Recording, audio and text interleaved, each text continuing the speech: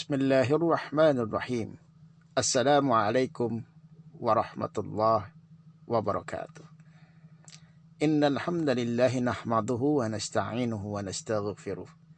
Wa na'udzu billahi min syururi anfusina wa min sayyiati a'malina.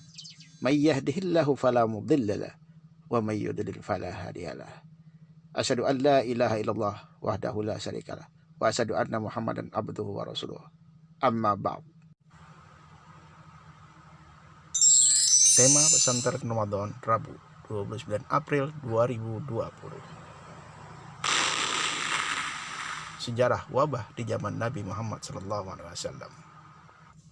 Menurut Kamus Besar Bahasa Indonesia, wabah mempunyai arti penyakit menular yang berjangkit dengan cepat, menyerang sejumlah besar orang di daerah yang luas, seperti wabah cacar, disentri, kolera, dan epidemi. Menurut WHO, Organisasi Kesehatan Dunia, pandemi, epidemi, endemi, wabah apakah sama? Mari kita ikuti bersama-sama perbedaannya. Apakah berbeda satu sama lainnya? Yang pertama, endemi, penyakit di tingkat daerah. Yang kedua, wabah, penyakit tingkat daerah sampai negara.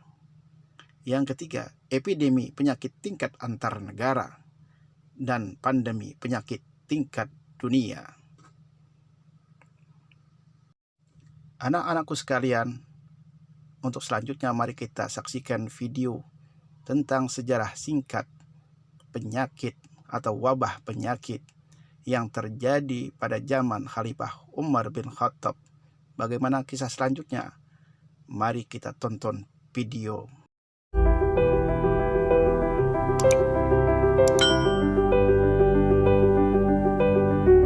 Dunia sedang dilanda wabah. Munculnya coronavirus atau COVID-19 telah menginfeksi lebih dari 100 negara yang mengakibatkan 287 ribuan kasus dan sebanyak 11 ribuan jiwa meninggal dunia.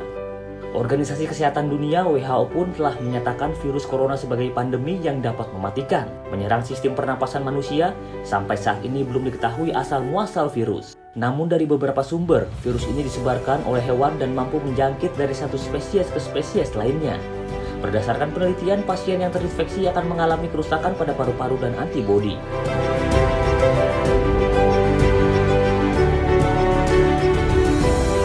Berdasarkan data WHO, kasus virus corona pertama kali muncul pada Desember 2019 di Wuhan, China. Hanya membutuhkan waktu 3 bulan, wabah ini telah berkembang pesat dalam penyebarannya. Hal itu membuat sejumlah negara yang rentan terhadap penyebaran virus mulai memberlakukan kebijakan social distancing, isolasi, hingga lockdown.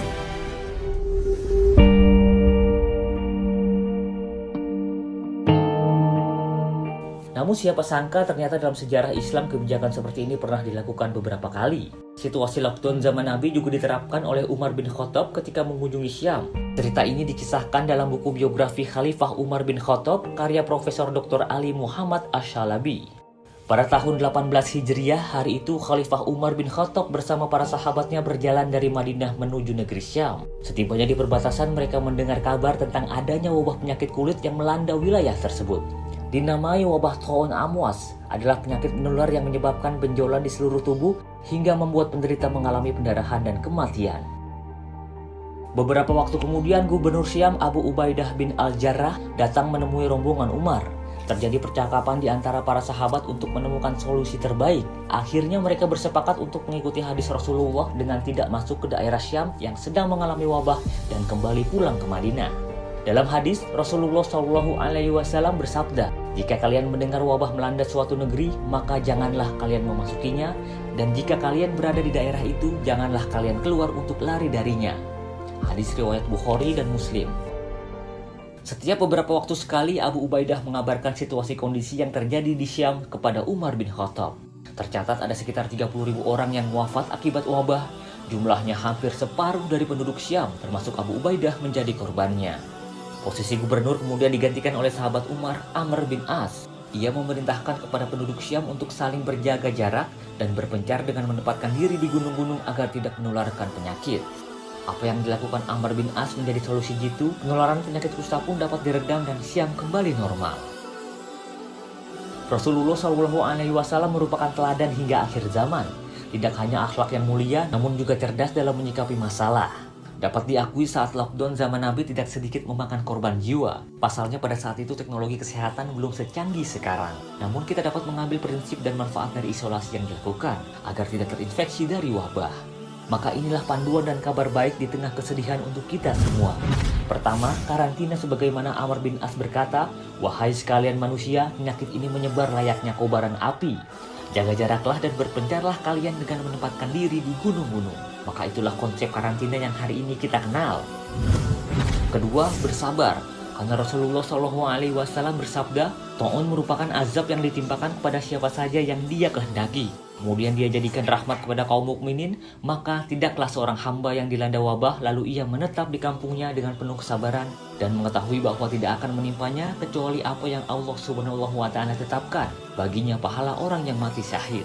Hadis riwayat Bukhari dan Ahmad. Ketiga, berbaik sangka dan berikhtiarlah.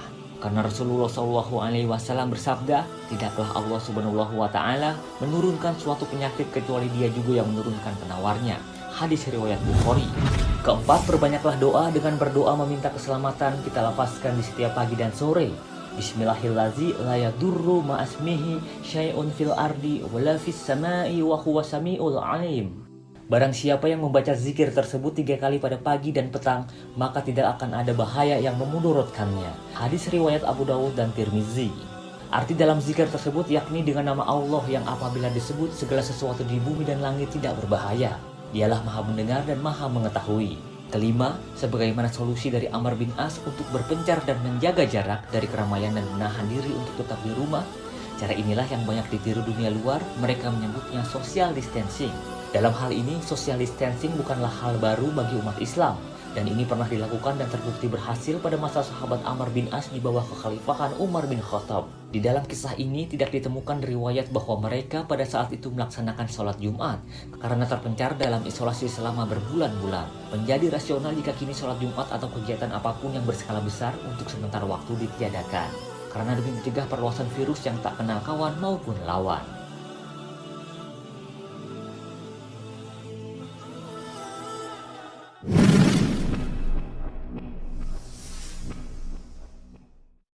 Demikianlah video yang kalian saksikan. Bagaimana para sahabat menghadapi wabah penyakit. Dan bagaimana dengan kita sekarang yang telah dilanda musibah penyakit virus corona. Mari kita ikuti video selanjutnya. Di video tentang wabah di zaman Nabi atau di zaman sahabat sudah disampaikan bagaimana para sahabat menghadapi datangnya suatu wabah.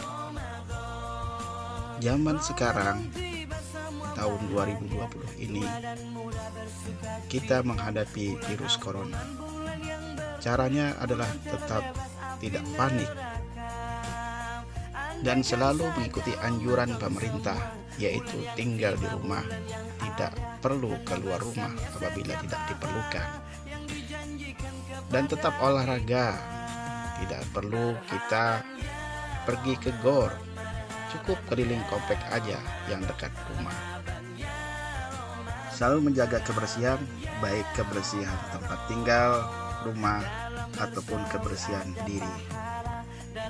Mengkonsumsi makanan dan buah-buahan segar, tentunya pada saat berbuka puasa maupun ketika sahur. Selanjutnya bisa mengerjakan tugas dan selesaikan di rumah saja. Kemudian komunikasi tetap terus terjalin, baik itu menggunakan video call, chat, dan semacamnya. Demikianlah materi pesantren Ramadan kali ini.